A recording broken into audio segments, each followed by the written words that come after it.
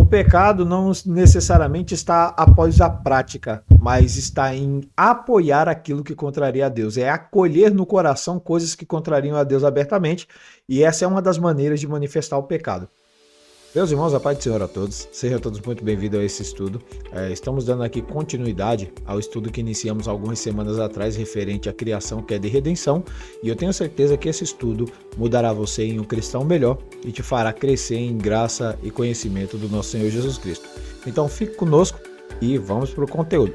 Mas, antes que eu esqueça, não se esqueça aí de deixar aquele joinha no vídeo, não se esqueça de se inscrever no canal e fazer-se aí participante dessa comunidade agora que falamos aqui a respeito do amor de Deus e de certa forma você aqui é o nosso convidado especial. Aliás, esse canal só existe por tua causa, porque se você não existisse não tinha para quem falar, não é?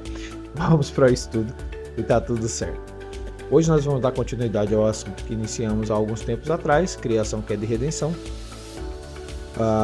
E algumas coisas aqui eu preciso que você dê uma olhada aí comigo. Primeiro, já passamos aqui pela parte da criação, estamos entrando no estado agora da queda, e eu queria fazer aqui uma pergunta para você. Já parou para pensar nos desdobramentos desse tema? Já parou para pensar nos desdobramentos sobre o que é o pecado, como ele se processa, o que a queda trouxe à humanidade? No domingo passado, falamos a respeito do homem afastado de Deus, de si mesmo, do próximo e do meio ambiente. Falamos dos 4 elos que foram rompidos quando o pecado entrou no mundo. O pecado afastou o homem de Deus, de si mesmo, do próximo e da natureza. Neste agora, nós vamos falar as maneiras como o pecado se processa, como ele se manifesta. Porque cá para nós, às vezes, é meio genérico. A gente para pensar ou pergunta para as pessoas, tá, me diz aí, o que é pecado? Boa parte deles vai dizer, o adultério é pecado. Sim, o adultério é pecado. Aí você pergunta, tá, e outro pecado? Me diz aí. Ele diz prostituição. Sim, prostituição é pecado. Mas me diga ainda outro tipo de pecado. Ele vai dizer a mentira, o falso testemunho, tá, ok. E todos eles vão falar do pecado, mas vão falar da ação em si e não do que o pecado é. Exemplo, o que todas essas coisas têm em comum que coloca eles na mesma categoria, pecado? O que todas elas têm em comum? O que a mentira, o adultério, a prostituição, o falso testemunho tem a ver um com o outro, que tudo compõe a mesma classe, chamado pecado? É igual seres humanos, vamos lá. Nós temos pretos, brancos, pardos, nós temos gente loira, de cabelo grisalho, cabelo escuro, mas todos são de uma mesma categoria. Que categoria? Ser humano. Pronto. Então, o que tudo tem a ver? O que o adultério, a prostituição, essas coisas têm a ver? Que tudo compõe a mesma categoria, pecado. É isso que nós devemos pensar no dia de hoje. Eu quero convidar você aí a pensar comigo. Primeiro, eu quero que você dê uma olhada aqui em algumas afirmações que a Bíblia vai nos fazer. Primeiro, após serem expulsos do Éden, quando foram expulsos do jardim, o primeiro casal perdeu o acesso direto ao seu criador. Ou seja, uma vez que o homem foi expulso do Éden, o homem, o primeiro casal, a Bíblia diz que Deus colocou querubins à porta do Éden e expulsou o homem para que ele não pegasse do fruto da árvore da vida e vivesse como pecador para o resto da vida. Então Deus expulsou o primeiro casal do Éden. E por consequência, aos poucos, o que se sabia de Deus foi caindo no esquecimento, e o que é evidenciado na história de seus descendentes. Se você abrir Gênesis 4, verso 26, você vai ver que na época de Enos, o neto de Adão, foi que começou-se a invocar o nome do Senhor. Já possivelmente porque Deus já não se manifestava visivelmente para falar com os homens como fazia com Adão e possivelmente fez com Caim e Abel. Então, a partir daquele momento, Deus já passou a ser cultuado de uma maneira diferente. Ele já não aparecia mais no momento do culto. Então, isso daí vai trazendo alguns desdobramentos e essas consequências vai trazendo alguns problemas para a vida do homem. Que problemas são esses? Dá uma olhada aí para mim. Martinho Lutero, ele escreveu um livro com o título Nascido Escravo. E esse livro ele foi muito importante para demonstrar o quanto que o pecado escravizou a humanidade. E dentre algumas coisas que a gente podemos aprender é que a condição de escravidão pelo pecado é algo que todos os seres humanos estão sujeitos. Ou seja, todo ser humano nascido, desde o momento que nasce, ele nasce com essa inclinação para o pecado, uma inclinação para contrariar o que é bom, uma inclinação para contrariar a Deus, ok? E você olhando aí Marcos capítulo 7, verso 21, você vai ver que o coração do homem foi escravizado. Observe que a Bíblia vai dizer que do coração do homem é que procede os adultérios, a prostituição, todos esses pecados procedem de dentro e contaminam o homem.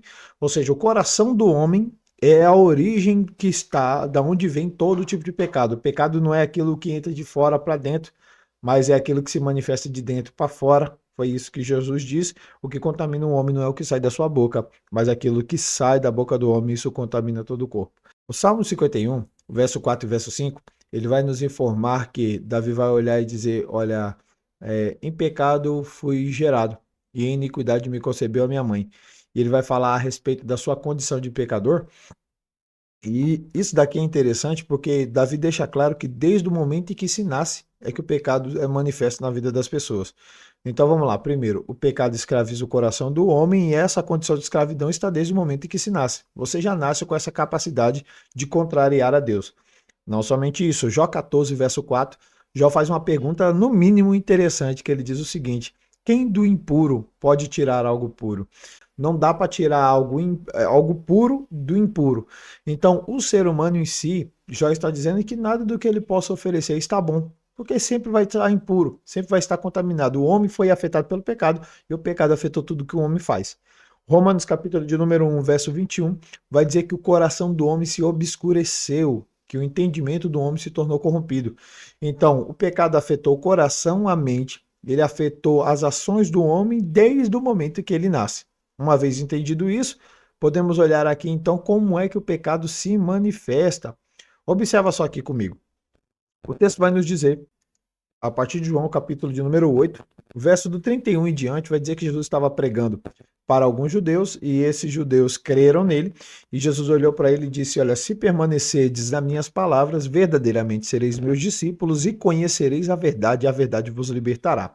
E os discípulos acharam estranho. Aqueles judeus que acabou de crer perguntaram: mas como assim? Nós somos descendentes de Abraão e nunca fomos escravos de ninguém. Como você vai dizer para nós que seremos livres?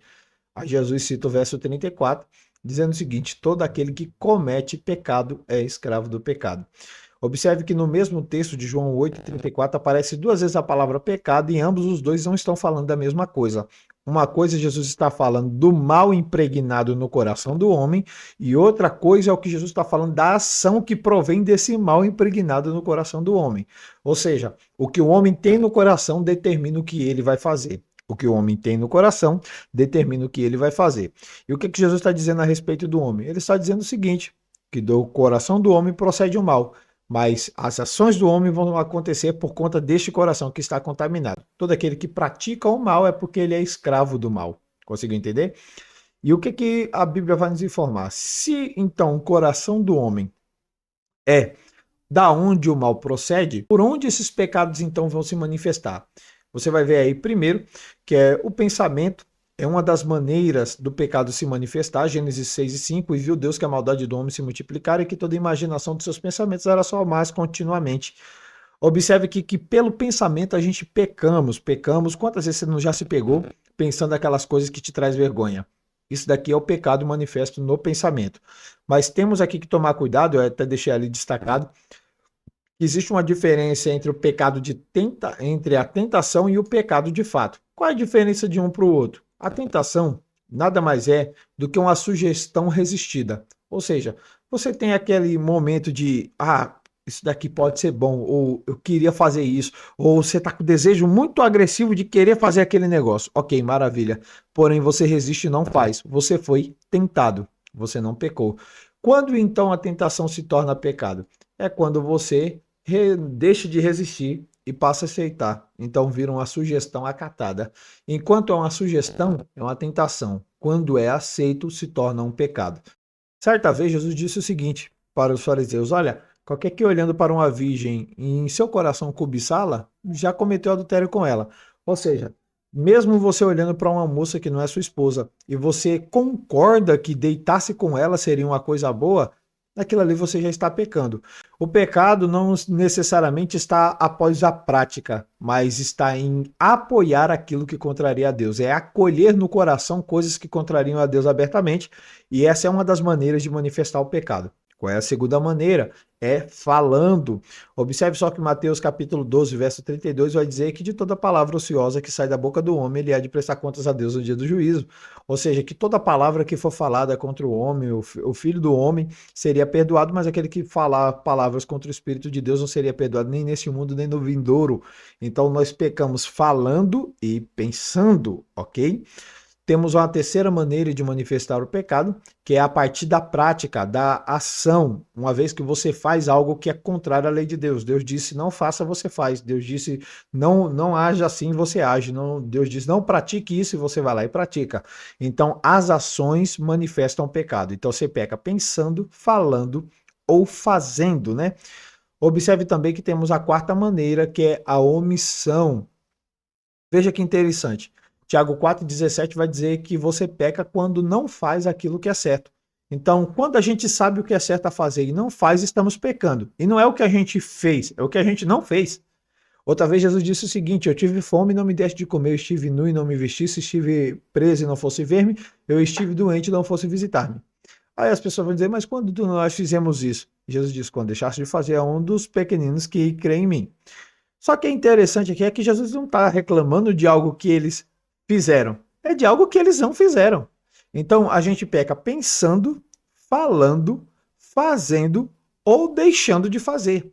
Só que observa aqui algo aqui, quando a gente pratica algo justo e bom, o que isso implica para nós? Dá uma olhada aqui. Se você, na questão de omissão, quando você faz o que é mandado, quando eu faço bem, eu não tenho mérito nisso. João 3,21 vai dizer que aquele que pratica a verdade vem para a luz, para a fim de que as suas obras sejam manifestas, porquanto são feitas em Deus. Ou seja, aquilo que eu faço mediante a força que Deus me dá para realizá-la. É Ele que opera em nós tanto querer quanto o realizar. A Bíblia diz que aonde abundou o pecado, superabundou a graça. Então, a força que eu tenho para fazer o bem não vem de mim. Então, se eu faço bem, eu não tenho mérito nisso. A força que eu tive para fazer o bem foi Deus que me deu. E isso não me faz superior. Eu, pela minha força, não faria. Deus me deu força para fazer. Então, se eu faço bem, eu não tenho mérito. Porém, quando eu não faço bem, eu sou culpado por conta disso. Observe só, Tiago 4,17 ou Mateus 25, do 31 ao 46. Eu tive fome e não me deste de comer, estive nu e não me vestisse, estive preso e não fosse ver-me. Então, vamos lá. A vida do crente é interessante nesses parâmetros e olhando isso daqui faz a gente baixar a guarda e perceber que a gente não é bom em coisa nenhuma e na verdade que a graça de Deus é que nos capacita a viver assim. Então, observe só o que o texto está nos informando. Primeiro, Gênesis 6:5 vai dizer que a gente peca pensando. Mateus capítulo 12, verso 32 vai dizer que a gente peca falando. Gálatas 6:7 vai dizer que a gente peca praticando. Não erreis, Deus não se deixa escarnecer, tudo que o homem plantar, isso também colherá. E Tiago 4,17 vai dizer que a gente peca por não fazer o que é certo. Então é o pecado do pensamento, o pecado da fala, o pecado da ação e o pecado da omissão, ok?